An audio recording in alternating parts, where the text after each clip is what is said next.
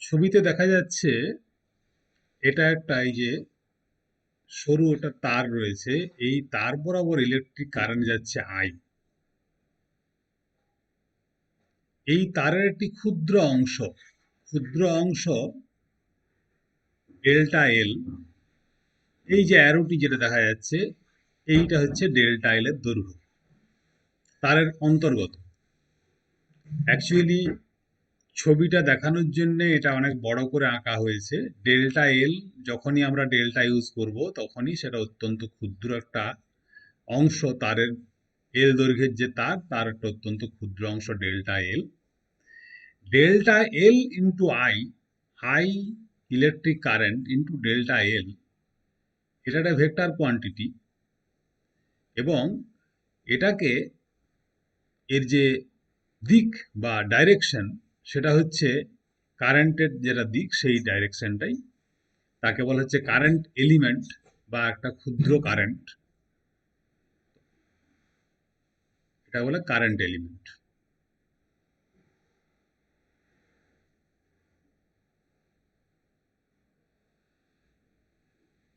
আর যে তারটি দিয়ে electric current প্রবাহিত হচ্ছে সেই তারের থেকে আর দূরত্বে একটা পয়েন্ট পিক আমরা কনসিডার করেছি।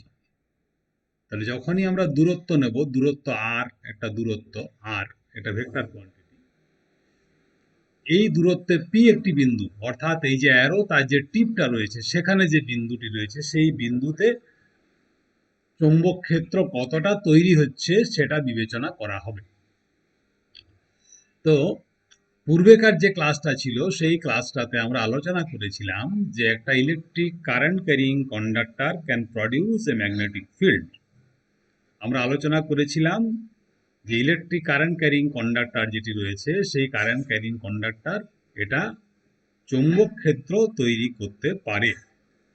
তো চৌম্বক ক্ষেত্র যেটা তৈরি হচ্ছে এখানে সেটাকে আমরা ডেল্টা বি দিয়ে চিহ্নিত করছি। ডেল্টা এই কারণেই, কারণ ক্ষুদ্র কারেন্টের জন্য একটা ক্ষুদ্র চৌম্বক ক্ষেত্র তৈরি হবে ডেল্টা বি।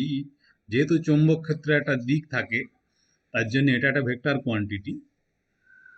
তো দেখা গেছে পরীক্ষা, ওরস্টেডের যে পরীক্ষা তার যে ইনফারেন্স পরীক্ষাটা বিভিন্নভাবে করা হলো, বিভিন্ন কন্ডিশনে করা হলো, দেখা গেল যে এই যে ডেল্টা বি অর্থাৎ চৌম্বক ক্ষেত্রর যে পরিমাণ, সেই চৌম্বক ক্ষেত্রটার পরিমাণটা নির্ভর করছে ডেল্টা এল এর উপরে। অর্থাৎ ডেল্টা বি এর যে magnitude varies as delta L. আর কি, delta B varies as I, I এর সঙ্গে সমানুপাতিক। অর্থাৎ যে পরিমাণ ইলেকট্রিক কারেন্ট পাস করছে, কারেন্টের পরিমাণটা যদি বাড়িয়ে দেওয়া হয় তাহলে এখানে চৌম্বক ক্ষেত্রটা বেশি হবে। মানে পরীক্ষাতে যেটা আমরা পরীক্ষা করেছিলাম এর আগে, চুম্বক শলাকার বিক্ষেপ যত বেশি বিক্ষিপ্ত হবে সেখানে চৌম্বক ক্ষেত্র তত বেশি। হাত দিয়ে যদি টোকা দেওয়া হয় বা হাত দিয়ে টানা হয় তাহলে যত বেশি ফোর্স দেওয়া হবে সেখানে বিক্ষেপটা তত বেশি হবে, ডিফ্লেকশন বা বিক্ষেপ বেশি হবে। তো delta B varies I, delta B ভ্যারিজেস ডেল্টা এল। 3 নাম্বার হচ্ছে যে যত দূরে যাওয়া যাবে, পরিবাহী তার থেকে যত দূরে যাওয়া যাবে চৌম্বক ক্ষেত্রের যেটা পরিমাণ সেটা তত কমে যাবে এবং দূরত্বের বর্গের সঙ্গে ব্যস্তানুপাতিক হবে। অর্থাৎ delta B varies as 1/r²।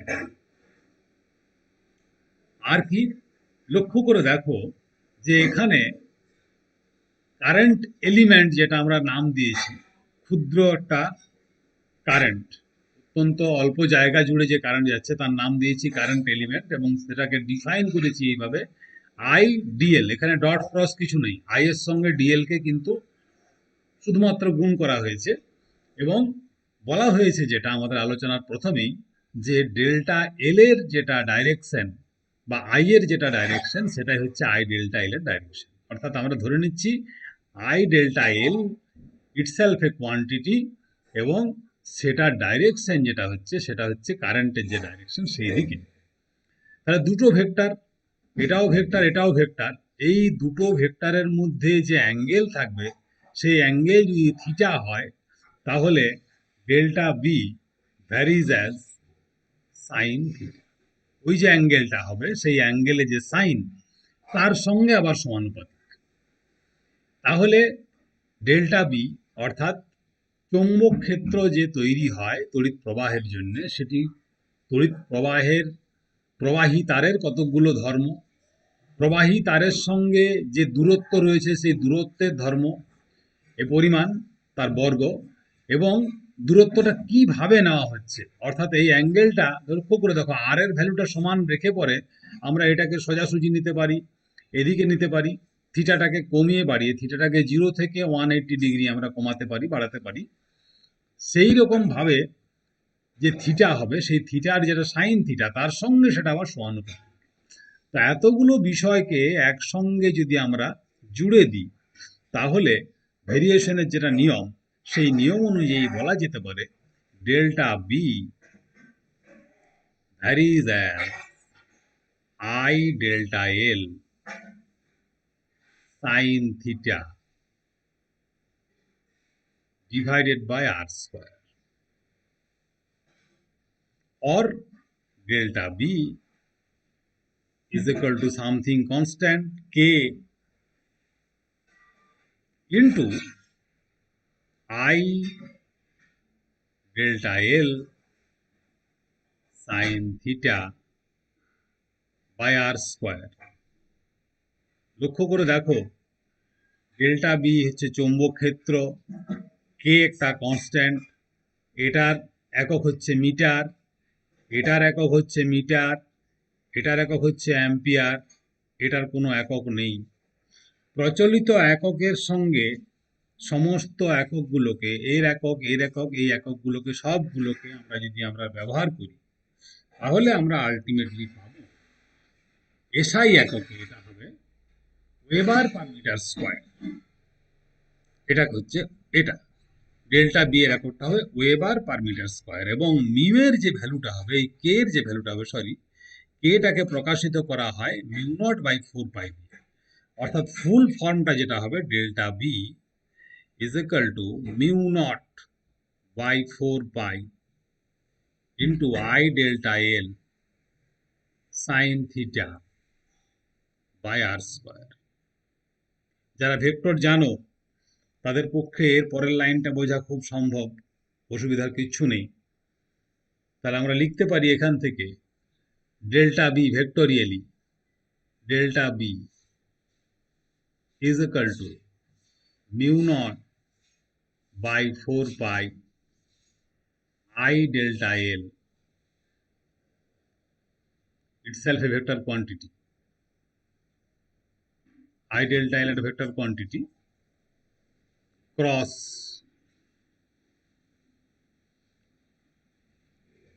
R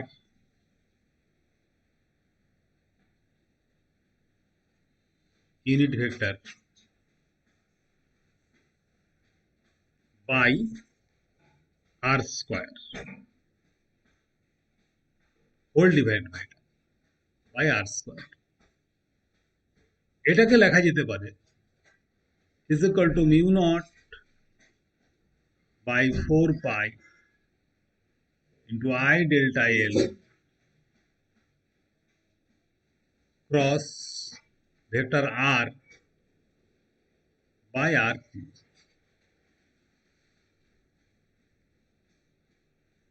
লক্ষ্য করে দেখো এখানে যেটা রয়েছে দুটো ভেক্টর কোয়ান্টিটি, একটা হচ্ছে I ডেল্টা L, তার ডিরেকশনটা ছিল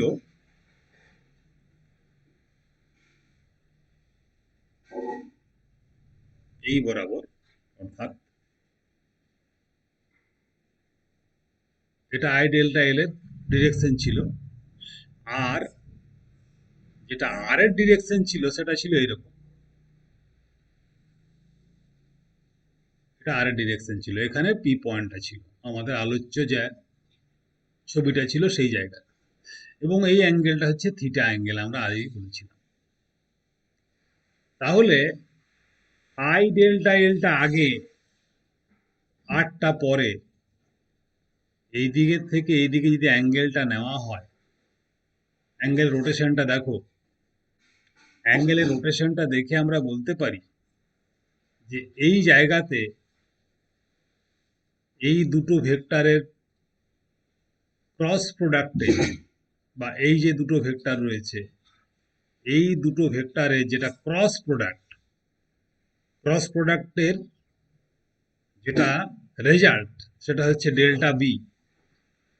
delta B itself a vector quantity, যেহেতু এদিকে দুটোই ভেক্টর, তাদের ক্রস প্রোডাক্টে ভেক্টর তৈরি হয়, এবং তার যে ডিরেকশন ডেল্টা বি এর যে ডিরেকশন সেটা হবে perpendicular to the plane containing I dl cross r, I dl and আর।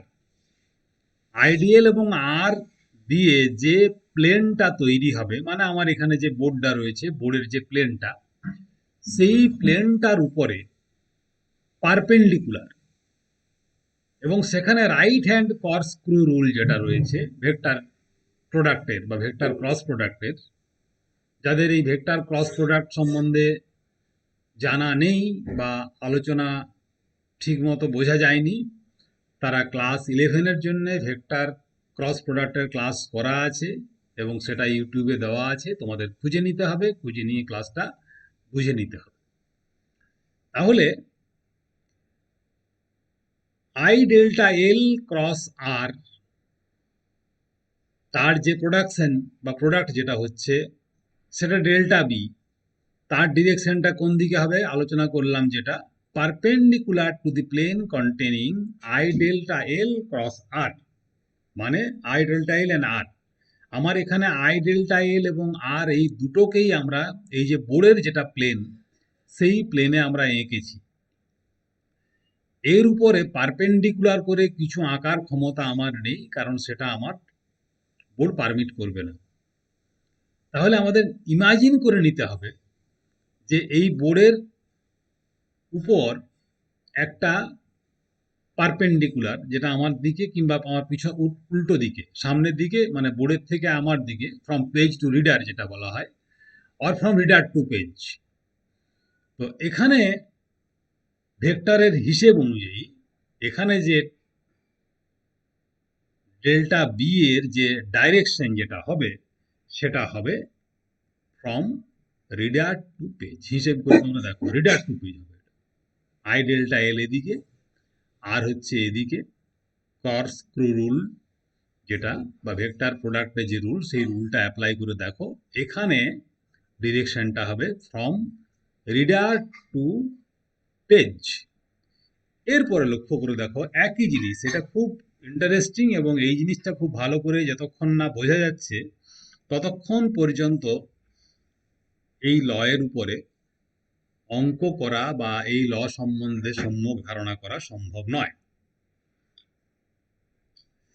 যদি এমনটা হয় আর এর ডিরেকশনটা এই দিকে না হয়ে এই দিকে হয়, আরটা এদিকে ছিল, এদিকে না হয়ে এইদিকে যদি হয়, তাহলে আই ডেল্টা এল যেটা, তার ডিরেকশন যা ছিল তাই রইল, আর এর ডিরেকশনটা বদলে গেল, অ্যাঙ্গেলটা হবে আই ডেল্টা এল এর থেকে আর এর দিকে। লক্ষ্য করে দেখো, আগে কিন্তু অ্যাঙ্গেলটা মাপছিলাম ক্লক ওয়াইজ, এবারে অ্যাঙ্গেলটা মাপছি anti clockwise. Right hand thumb rule apply করো এখানে, তাহলে এটা হচ্ছে পি পয়েন্ট। এই জায়গাতে ডেল্টা বি এ যে ডাইরেকশনটা হবে সেটা হবে ফ্রম পেজ টু রিডার। এটা হচ্ছে আমরা এইরকম একটা আমরা চিহ্ন দিয়ে প্রকাশ করি। তাহলে এটা হচ্ছে রিডার টু পেজ, এটা হচ্ছে পেজ টু রিডার। তাহলে কোথায় পেজ টু রিডার, কোথায় রিডার টু পেজ, এই বিষয়টা সম্বন্ধে আমাদের জানা দরকার রয়েছে। এইদিকে ক্রস দিয়ে সেটা প্রকাশ করা হয়, এইদিকে ডট দিয়ে প্রকাশ করা হয়। এই যে রুল, যে রুলটা আলোচনা করা হলো, এই রুলটাকে বলা হচ্ছে বায়ো অর ল্যাপ্লাসেস ল। আমরা দুটো নামেই বলবো, Biot Savart's law, BIOT, Biot, Biot স্যাভার্টস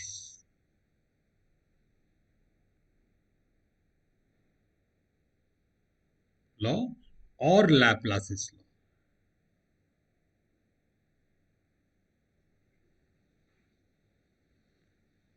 তাহলে Biot Savart's law or Laplace's ল, তার যেটা ভেক্টর ফর্ম সেটা হচ্ছে delta B is equal to mu naught by 4 pi. এটা একটা constant quantity, I delta L cross r by r cube. Mu naught যে কোয়ান্টিটিটা আমরা এখানে ডিফাইন করেছি, এটা বলা হচ্ছে পারমিয়েবিলিটি অফ ফ্রি স্পেস। মিউ নট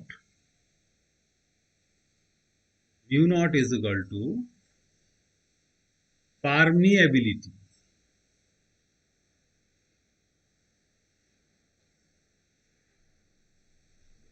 of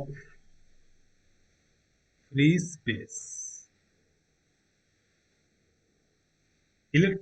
ইলেকট্রোস্ট্যাটিক্স ছিল পারমিয়েবিলিটি, নয় পারমিটিভিটি।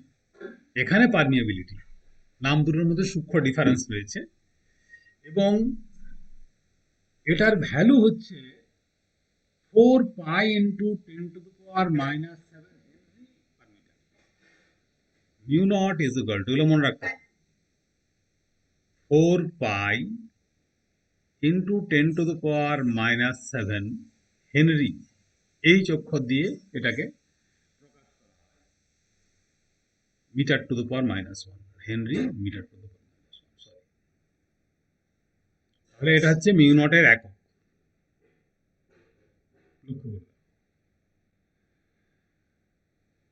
এখন এই সূত্রটা অ্যাপ্লাই করে